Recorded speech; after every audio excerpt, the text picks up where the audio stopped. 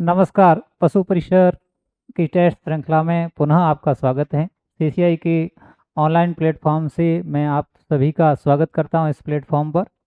और इसमें जो है साइंस की जो श्रृंखला है उसमें आपको विभिन्न प्रकार के क्वेश्चन के सॉल्यूशन की ओर लिए चलते हैं।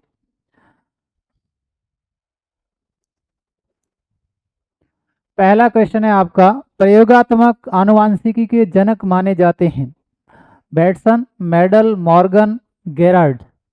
यहाँ जो हमें पूछा गया है प्रयोगात्मक आनुवंशिकी, अगर आनुवंशिकी का पूछा जाए उस केस में हमारा आंसर होगा, जेनेटिक्स का अगर पूछा जाए तो हमारा आंसर होगा मेडल। अगर जो आनुवंशिकी के जनक पूछे जाए, फादर ऑफ जेनेटिक्स, आनुवंशिकी के जनक अगर पूछा जाए, फादर ऑफ जेनेटिक्स, आनुवंशिकी के पितामह, तो आंसर होता मेडल, पितामह। उस केस में आंसर होता मेडल। और यहाँ पूछा गया आपको प्रयोगात्मक आनुवंशिकी के जनक, और प्रयोगात्मक आनुवंशिकी के जनक है मॉर्गन। राइट आंसर आपका सी हो जाएगा। यहाँ पे जो है प्रयोगात्मक जो आनुवंशिकी है, प्रैक्टिकल जो जेनेटिक्स हैं, प्रैक्टिकल जेनेटिक्स के फादर माने जाते हैं, practical genetics, practical genetics, genetics के फादर माने जाते हैं मॉर्गन को। ठीक है, तो सी आपका राइट आंसर हो जाएगा। प्रैक्टिकल जेनेटिक्स के फादर माने जाते हैं मॉर्गन। नेक्स्ट क्वेश्चन है आपका, गुणसूत्र पर स्थित वह स्थान जहां पर जीन उपस्थित होते हैं। गुणसूत्र का वह स्थान, जैसे ये आपका क्रोमोसोम है, गुणसूत्र हैं, इनकी वह स्थान जहां पर जीन स्थित होते हैं। जीन जो है गुणसूत्र या जो जेनेटिक्स है उसकी आनुवंशिक इकाई होती है, संरचनात्मक कहें या क्रियात्मक कहें, यानी कि स्ट्रक्चर जो है, स्ट्रक्चर जो इसकी होती है या फंक्शनल जो यूनिट्स होती हैं उसको हम जीन बोलते हैं। और जिस गुणसूत्र पर, जिस स्थान पर जहां पर जीन होते हैं उन्हें बोला जाता है लोकस। उस पॉइंट को बोलते हैं लोकस पॉइंट, लोकस पॉइंट। तो आपका जो है ए राइट आंसर हो जाएगा लोकस। सेंट्रोमियर, टेलोमियर और न्यूक्लियोसोम्स ये नहीं होंगे। आपका जो है जहां पर जीन स्थित होते हैं उस पॉइंट्स को बोला जाता है लोकस।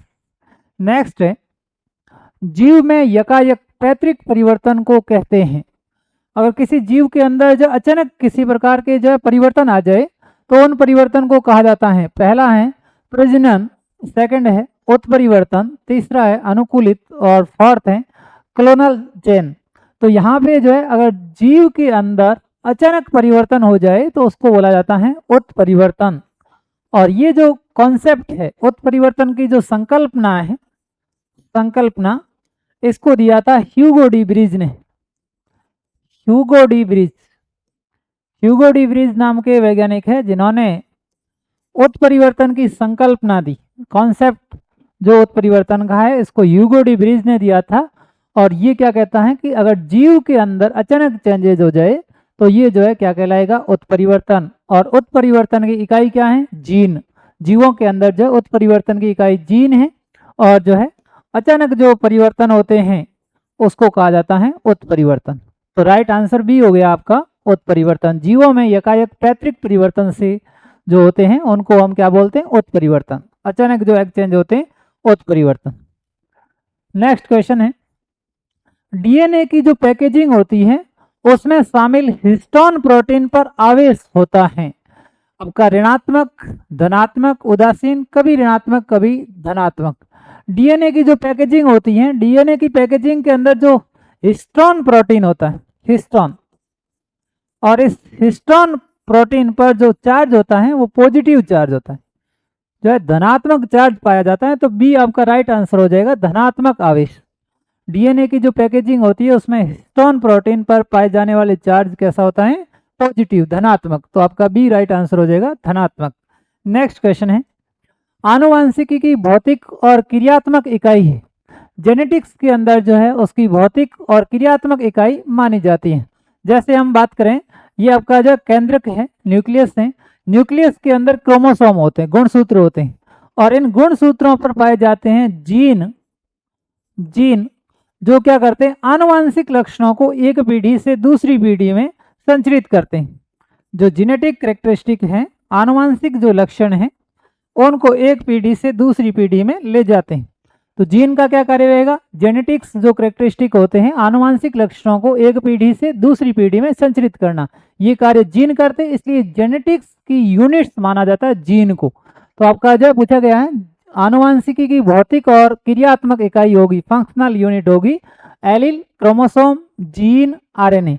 राइट आंसर हो जाएगा आपका जीन। जेनेटिक्स के अंदर जो है फंक्शनल यूनिट माना जाता है, भौतिक और क्रियात्मक इकाई मानी जाती है, फिजिकल एंड जो है functional unit gene. Next question है आपका, दो अथवा अधिक भिन्न आनुवंशिक युक्त पादपों को क्रॉस कर फसल की नई किस्म का निर्माण करवाना, यानी दो या दो से अधिक अगर जो है हम पादपों का क्रॉस करवाएं, तो क्रॉस को ही यहाँ से तो जो है आंसर ही मिल जाएगा। जैसे संकरोच, अलैंगिक जनन, उत्परिवर्तन, संकरण। और यहाँ पे ये कह रहा है कि दो या दो से अधिक पादपों का हम क्या करवाते हैं? क्रॉस करवाते हैं और उससे फसल की नई किस्म लेते हैं। और क्रॉस किसको? क्रॉस जो है संकरण को ही इंग्लिश में बोला जाता है क्रॉस, हिंदी में बोलते हैं संकरण। तो आपका डी राइट आंसर हो जाएगा, सिंपल सा। कई बार जो है क्वेश्चन के अंदर ही आंसर पड़े रहते हैं, हमें जो दोनों वर्जन पढ़ने होंगे, इंग्लिश का भी वर्जन पढ़ना है और साथ में हिंदी का वर्जन भी पढ़ना है, तो आंसर अपने आप मिल जाएगा। यहाँ पूछा गया कि पादपों को क्रॉस करवाना, और क्रॉस को ही हिंदी में बोलते हैं संकरण, तो डी राइट आंसर हो गया, संकरण। नेक्स्ट क्वेश्चन है आपका, मेडल का स्वतंत्र अभिव्यूहन का नियम खाली जगह के अवलोकनों पर आधारित है। मेडल ने जो है 3 नियम दिए थे, और उसमें जो थर्ड नियम है स्वतंत्र अभिव्यूहन का नियम। बाकी जो नियम दिए हुए हैं, जैसे आपका जो है प्रभाविता का नियम या पृथक्करण का जो नियम है, मेडल ने जो है 3 नियम दिए। फर्स्ट आपका प्रभाविता का नियम, सेकंड जो है आपका पृथक्करण का नियम,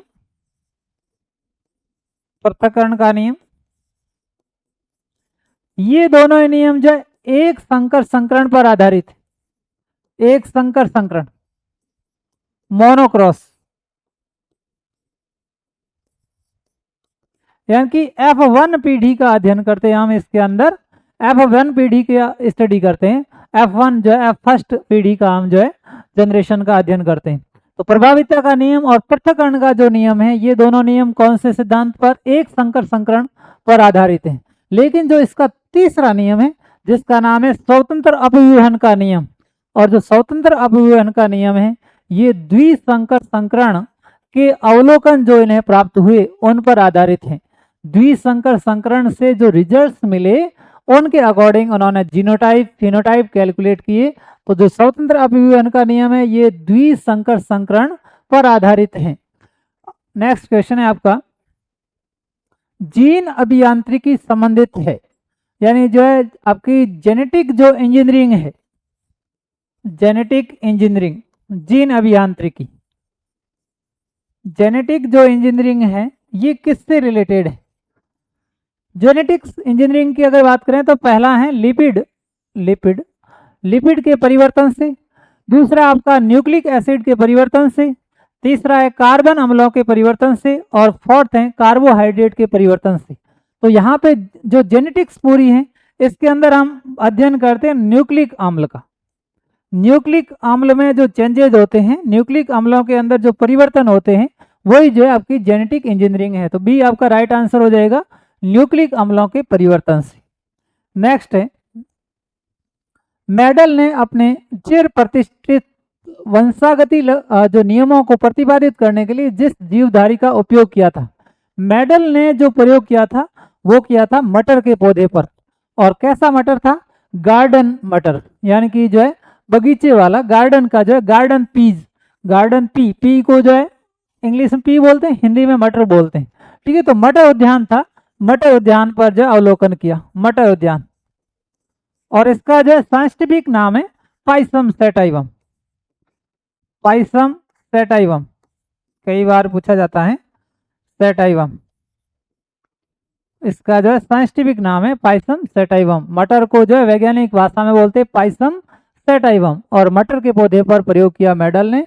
और जो इसको क्या बोलते हैं? गार्डन पी यानी मटर, गार्डन यानी उद्यान मटर पर जो है अपनी स्टडी की। जो वंशागति नियमों को दिया था मेडल ने, ये किस पे दिया, गार्डन पी पे, यानी कि उद्यान मटर पे, पाइसम सेटाइव। नेक्स्ट क्वेश्चन है आपका, आणविक जीव विज्ञान में मूल सिद्धांत का विचार आपका जो प्रस्तुत किया था।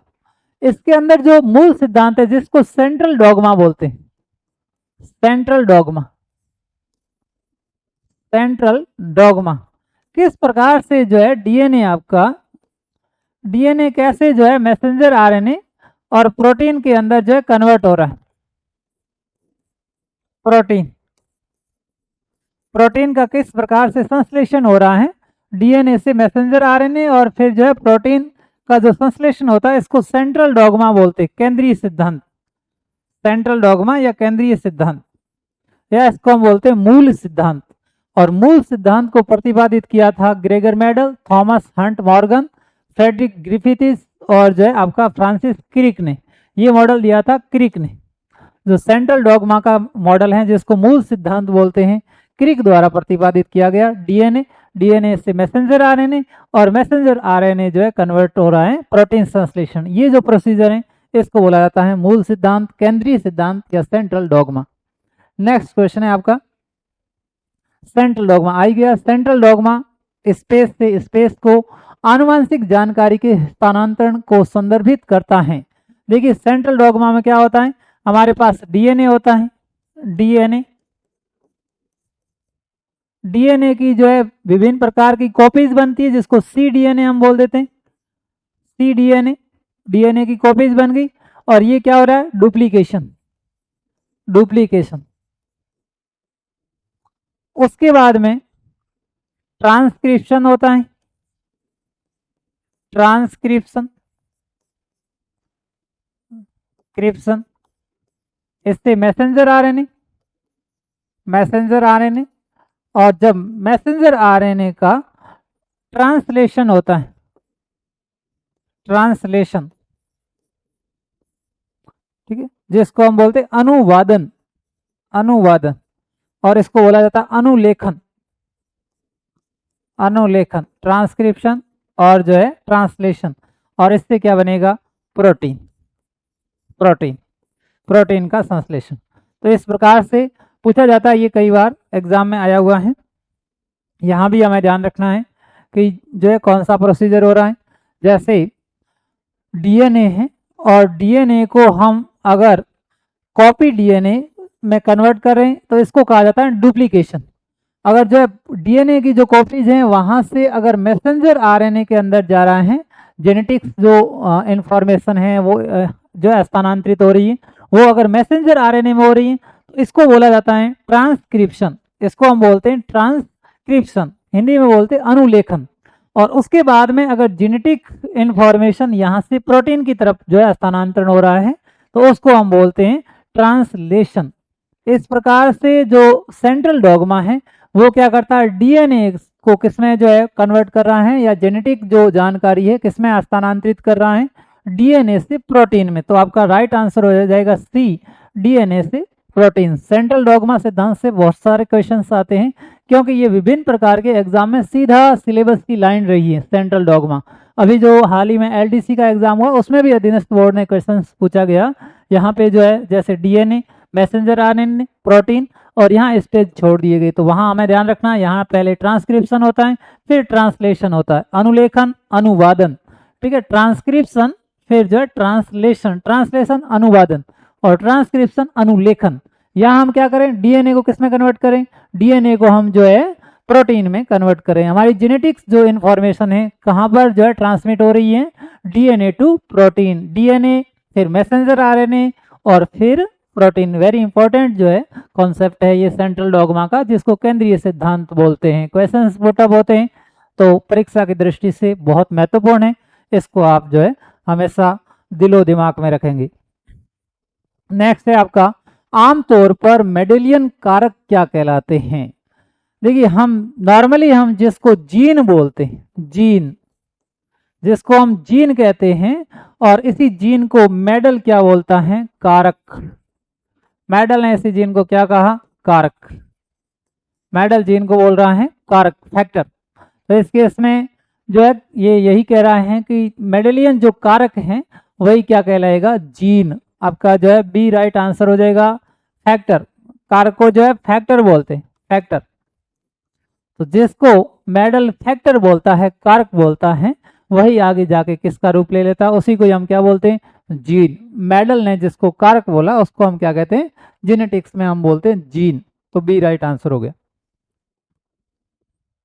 उस बिंदु का नाम क्या है जिस पर क्रोमोसोम में क्रोमेटिड जुड़ते हैं, उस पॉइंट्स का नाम क्या होगा जहां पर क्रोमोसोम में क्रोमेटिड जुड़ते हैं।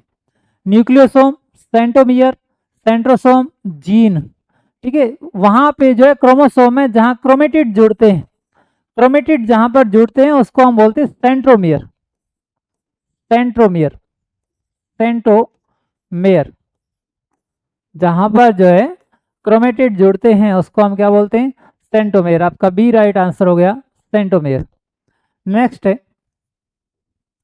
डीएनए का चाकू कहलाता है, डीएनए का चाकू हम बोलते हैं रिस्ट्रक्शन एंडोन्यूक्लियस एंजाइम को क्या बोलते हैं, डीएनए का चाकू।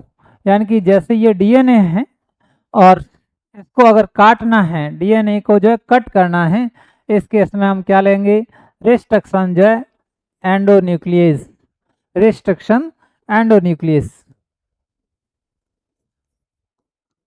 Restriction, restriction endonuclease, nucleus enzyme, enzyme, restriction endonuclease enzyme, restriction endonuclease enzyme जिसको जो है डीएनए का चाकू, डीएनए को जो है हम इसको काटने के लिए जो है एंजाइम का यूज करते हैं जिसको बोलते हैं प्रतिबंधित एंडोन्यूक्लियस या रिस्ट्रक्शन एंडोन्यूक्लियस एंजाइम। इसको जो है डीएनए का चाकू कह सकते हैं और इसको हम जो है आणविक कैंची बोल सकते हैं, आणविक कैंची। डीएनए का चाकू बोल दो या फिर आणविक कैंची बोल दो। एक होता है डीएनए, डीएनए का आणविक सीवनकार, सीवनकार, डीएनए का आणविक सीवनकार किसको बोलते, अगर पूछा जाए डीएनए का आणविक सीवनकार किसको बोला जाएगा तो हमें ध्यान रखना है लाइगेज एंजाइम। किसको बोलेंगे, लाइगेज एंजाइम, लाइगेज एंजाइम। यानी काट दिया वापस जोड़ना है, क्या यूज करेंगे, लाइगेज एंजाइम। अगर काट दिया है वापस हमें जोड़ना है तो हम क्या यूज करेंगे, लाइगेज एंजाइम। तो लाइगेज एंजाइम को बोला जाता है डीएनए का आणविक सीवनकार। और डीएनए की कैंची या फिर जो है डीएनए का चाकू यानी डीएनए नाइफ किसको बोला जाता है, रिस्ट्रक्शन एंडोन्यूक्लियस, हिंदी में बोलते प्रतिबंधित एंडोन्यूक्लियस। नेक्स्ट है, एक आनुवांशिक विकार जिसमें रक्त का थक्का सामान्यतया नहीं बनता है और इस बीमारी को बोला जाता है, रक्त का थक्का नहीं बनना, cystic fibrosis, thalassaemia, sickle cell anaemia, haemophilia. जिसमें रक्त का थक्का नहीं बनता है, हीमोफीलिया। स्त्रियां इस रोग की वाहक होती है, स्त्रियां इस रोग की क्या होती हैं, वाहक। स्त्रियां इस रोग की वाहक होती हैं, वाहक। और हीमोफीलिया के केस में, हीमोफीलिया में रक्त का थक्का नहीं बनता है और इसको जो है शाही रोग के नाम से भी जाना जाता है। हीमोफीलिया को हम क्या बोलते हैं, शाही रोग, शाही रोग। पुरुष इसमें रोगी होते हैं, पुरुष, और महिलाएं जो है वाहक का कार्य करते हैं। पुरुष इसमें रोगी होते हैं और महिलाएं जो है वाहक होती हैं। स्त्रियां इसमें वाहक होती हैं, पुरुष इसमें सीधे रोगी होते हैं। अगर हीमोफीलिया से प्रभावित है तो शाही रोग के नाम से जाना जाता है हीमोफीलिया। क्योंकि हीमोफीलिया में स्त्रियां वाहक होती हैं क्योंकि ये जो है एक्स क्रोमोसोम, एक्स गुणसूत्र के जो है एक्स गुणसूत्र के जीन को प्रभावित करते हैं। जब एक्स क्रोमोसोम के जो है आपके जीन प्रभावित होते हैं तो स्त्रियां इसकी वाहक होती है। क्योंकि स्त्रियों के पास जो है 2 एक्स क्रोमोसोम होते हैं, उस केस में स्त्रियां इस रोग की वाहक होती है। सिमिलरली ऐसी एक बीमारी है जिसका नाम है आपका जो निम्नलिखित में से कौन सा जेनेटिक्स बीमारी, आनुवांशिक रोग है, रेबीज, वर्णांधता, पोलियो, सेचक। रेबीज जो है ये वायरस के कारण होने वाली बीमारी है, रेबडो वायरस संक्रमण के कारण, रेबडो वायरस के कारण होती है वायरस। पोलियो वायरस के कारण, पोलियो वायरस और ये जो आपकी स्मॉल पॉक्स हैं आपकी वेरिओला जोस्टर के कारण होती, वेरिओला जोस्टर वायरस है, ये भी वायरस। तो बाकी सारी बीमारियां वायरस से होने वाली है। वर्ण अंधता जिसको बोलते हैं कलर ब्लाइंडनेस, कलर ब्लाइंडनेस, वर्ण अंधता इसको बोला जाता है कलर ब्लाइंडनेस। और जो कलर ब्लाइंडनेस बीमारी होती है उसके अंदर जो है उसको हम क्या बोलते हैं, जेनेटिक्स रोग, आनुवांशिक बीमारी। कैसी बीमारी है, जेनेटिक डिजीज, जेनेटिक डिजीज जिसको हम बोलते हैं आनुवांशिक रोग, आनुवांशिक रोग, रोग। और कलर ब्लाइंडनेस के अंदर या वर्ण अंधता के अंदर क्या होता है, इसके अंदर जो है जैसे ये आपका ग्रीन कलर है, ग्रीन, ये ग्रीन है, ग्रीन, और इसके अंदर अगर हम रेड से लिख दें, रेड से, ये रेड से लिख दिया। अब जिनको इस प्रकार की डिजीज है, कलर ब्लाइंडनेस है, वो यहाँ पहचान नहीं पाएंगे कि जो है यहाँ ग्रीन कलर के अंदर क्या लिखा हुआ। ठीक है, मैंने ग्रीन कलर से के अंदर जो है रेड से नाम लिख दिया है, और जिनको ये पता नहीं है, जिनको ये जो है कलर ब्लाइंडनेस की डिजीज है, वो इनमें पहचान नहीं पाएंगे कि ग्रीन कलर के अंदर क्या लिखा हुआ। इस केस में ये वाला जो बीमारी है वर्ण अंधता, इसमें मेनली हम जो है लाल और हरे में विभेद नहीं कर सकते, लाल और हरे रंग में विभेद नहीं कर सकते, अलग नहीं कर सकते। इसको बोला जाता है कलर ब्लाइंडनेस। और कलर ब्लाइंडनेस भी, ये भी जो है कलर ब्लाइंडनेस का जो जीन है वो भी एक्स क्रोमोसोम पर आता है, एक्स क्रोमोसोम पर। इसलिए इस बीमारी की वाहक कौन होती है, स्त्रियां, स्त्रियां इसकी वाहक होती, स्त्रियां। स्त्रियों में 2 एक्स क्रोमोसोम होते हैं, अगर एक पर इस प्रकार का कोई जीन आ जाए, कलर ब्लाइंडनेस का जीन आ जाए एक्स क्रोमोसोम पर, तो भी जो है दूसरा वैसे ही सुरक्षित रह जाएगा, क्योंकि स्त्रियों के पास 2 एक्स क्रोमोसोम होते हैं, तो उस केस में कोई प्रॉब्लम नहीं है। इसको बोला जाता है जेनेटिक्स डिजीज, आनुवांशिक रोग। तो आपका राइट आंसर क्या हो जाएगा, बी। बी जो है वर्ण अंधता कैसी बीमारी है, बाकी वाली सब वायरस से होने वाली है, रेबीज, पोलियो, सेचक, ये जो है वायरस से होने वाली बीमारियां हैं। कलर ब्लाइंडनेस, वर्ण अंधता राइट आंसर हो जाएगा। यहाँ जिनको दिखाई नहीं दे रहा इसका मतलब वो वर्ण अंधता या कलर ब्लाइंडनेस से ग्रसित हैं, क्योंकि मैंने बैकअप दिया है ग्रीन का और उसके अंदर जो है रेड कलर डाल रखा है, रेड कलर से नाम लिख रखा है। तो जिनको ये दिखाई नहीं देता है वो अपना चेकअप कर सकते हैं कि कलर ब्लाइंडनेस है या नहीं है, आसानी से पहचान सकते हैं। नेक्स्ट क्वेश्चन है, शुक्राणु प्रसु रूपांतरित होकर स्पर्म बनाते हैं और इस प्रक्रिया को कहा जाता है, शुक्राणु प्रसु रूपांतरित होकर स्पर्म बनाते, ठीक है, स्पर्म बनता है और इसको हम बोलते हैं स्पर्मिएशन। दूसरा है स्पर्मियोजेनेसिस, स्पर्मेटोजेनेसिस, स्पर्मेटोगोनिया, इसको हम जो है बोलते हैं स्पर्मेटोजेनेसिस। अंडाणु बनता है oogenesis, अंडाणु का निर्माण हो रहा है, उसको हम बोलते हैं oogenesis, oogenesis, जेनेसिस। और जो है अगर शुक्राणु स्पर्म का निर्माण हो रहा है, शुक्राणु का निर्माण हो रहा है, उस केस को हम बोलते हैं स्पर्मेटो शुक्राणु या स्पर्म।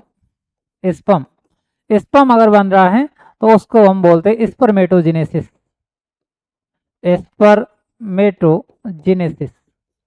जेनेसिस क्या बोलेंगे, स्पर्मेटोजेनेसिस। तो आपका सी राइट आंसर हो गया, स्पर्मेटोजेनेसिस। डीएनए किस में उपस्थित नहीं होता है, डीएनए उपस्थित नहीं होता है, पहली बात परिपक्व शुक्राणु में उपस्थित होता है डीएनए। सेकंड है आपका एक संलग्न डिंब में भी जो है होता है। तीसरा है बालों की जड़ में भी, बालों में तो वैसे भी डीएनए होता है, जैसे जो डीएनए फिंगरप्रिंटिंग होती है जिसमें रैप के केस हैं या मर्डर के केस हैं तो वो बालों से इजीली जो है चेकअप हो जाते हैं, तो डीएनए उसमें भी होता है। फिर है परिपक्व आरबीसी, आरबीसी में डीएनए नहीं पाया जाता है, आरबीसी के अंदर जो डीएनए है वो उपस्थित नहीं होता है।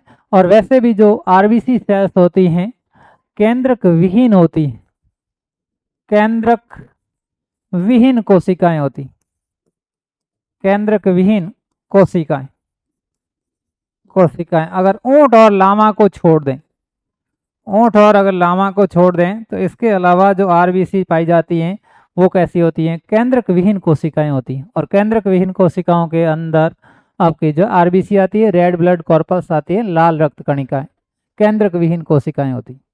नेक्स्ट है तो आपका परिपक्व आरबीसी राइट आंसर हो गया।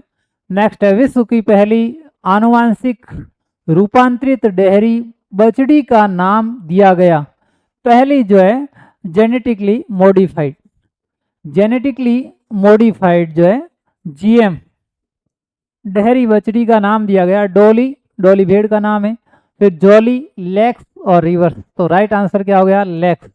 पहली जो है बछड़ी का नाम क्या रखा गया, लेक्स। जेनेटिक मॉडिफाइड या आनुवांशिकी रूपांतरित, जीएम बोलते हैं, आनुवांशिकी रूपांतरित बछड़ी का नाम क्या रखा गया, लेक्स। सी राइट आंसर हो गया। नेक्स्ट आपका है कौन सा ऐसा जीन जिसमें युक्त बीज की प्रजनन शक्ति समाप्त हो जाती है तथा उससे दोबारा फसल नहीं ली जा सकती। ठीक है, ऐसा कौन सा जीन है जिससे युक्त बीज की प्रजनन शक्ति समाप्त हो जाती है और फिर जो उससे हम दोबारा फसल नहीं ले सकते। Traitor gene, hybrid gene, terminator gene और जो है ट्रांसजेनिक जीन। तो सी राइट आंसर हो गया आपका टर्मिनर जीन। टर्मिनर जीन अगर है तो इससे युक्त बीज की प्रजनन शक्ति समाप्त हो जाएगी और फिर हम दोबारा उससे जो है फसल नहीं ले सकते। नेक्स्ट आपका है टीआई प्लाज्मिड। टीआई प्लाज्मिड को जो है बोला जाता है एग्रोबैक्टीरियम और tumefaciens, agrobacterium tumefaciens TI plasmid को बोला जाता है। टीआई प्लाज्मिड जो जेनेटिक इंजीनियरिंग में प्रयुक्त होता है और किससे प्राप्त होता है, एग्रोबैक्टीरियम ट्यूमीफेसियंस, एग्रोबैक्टीरियम ट्यूमीफेसियंस से जो है प्राप्त होता है TI plasmid. D right answer हो गया। उसके बाद में नेक्स्ट क्वेश्चन है जीवों में आनुवांशिक लक्षण संतान में ले जाए जाते हैं। जीवों के अंदर जो है आनुवांशिक लक्षण एक पीढ़ी से दूसरी पीढ़ी में जाते हैं या संतान में जाते हैं राइबोसोम द्वारा, क्रोमोसोम द्वारा, प्लाज्मा द्वारा, लाइसोसोम द्वारा। तो जेनेटिक जो लक्षण है एक पीढ़ी से दूसरी पीढ़ी संतान में जाने का जो है क्रोमोसोम द्वारा, क्रोमोसोम जिसको गुणसूत्र बोलते हैं, गुणसूत्र, गुणसूत्र पर जीन होते हैं जो आनुवांशिकी की इकाई हैं और ये क्या करते हैं, आनुवांशिक लक्षणों को एक पीढ़ी से दूसरी पीढ़ी में ले जाते, संतान तक लाते। आनुवांशिक जो लक्षण है एक पीढ़ी से दूसरी पीढ़ी में किसके माध्यम से आते हैं, जीन के माध्यम से। और जीन कहाँ होते हैं, क्रोमोसोम पर, गुणसूत्रों पर, गुणसूत्रों पर जीन पाए जाते हैं, एक पीढ़ी से दूसरी पीढ़ी में जीन द्वारा संचरित होते हैं। नेक्स्ट क्वेश्चन है आनुवांशिकी के जनक माने जाते हैं, जेनेटिक्स, फादर ऑफ जेनेटिक्स। पहला है FHC क्रिक, दूसरा है GJ मेडल, कैरोलस लीनियस और बीरबल साहनी। पहले भी होगी फादर ऑफ जेनेटिक्स, आनुवांशिकी के पिता माने जाते हैं GJ Mendel, GJ Mendel, Gregor John Mendel, Gregor John Mendel को माना जाता है जेनेटिक्स का father, father of genetics Gregor John Mendel. B right answer हो गया। विप्रयासी लक्षणों के युग्म को कोडित करने वाले जीन कहलाते हैं। अगर विप्रयासी लक्षण है, जैसे ये जो है आपका लंबा पौधा है, लंबा, और ये जो है बौना पौधा है, बौना पौधा जिसको स्मॉल टी से लिखते हैं। इस प्रकार के जो है कैरेक्टर जो लिखे जाते हैं ये कैरेक्टर कहलाते हैं एलील्स, इनको बोला जाता है एलील्स। विप्रयासी लक्षणों के युग्म को कोडित करने वाले जीन कहलाते हैं, इन जीन को हम क्या बोलते हैं, एलील्स। तो आपका जो है राइट आंसर क्या हो गया, एलील्स। जेनेटिक की जो है शब्दावली से लिया गया है।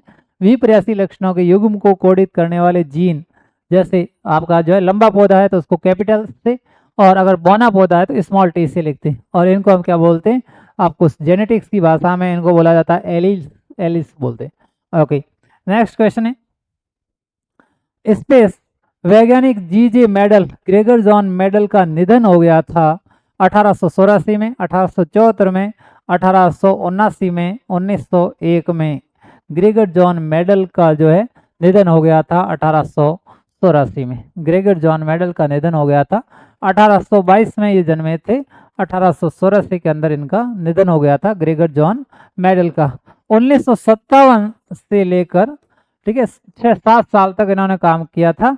1957 से लेकर 1963 के बीच का जो, सॉरी 1800 जो 57 है और 1863 है, इनके बीच में इन्होंने जो रिसर्च किया था।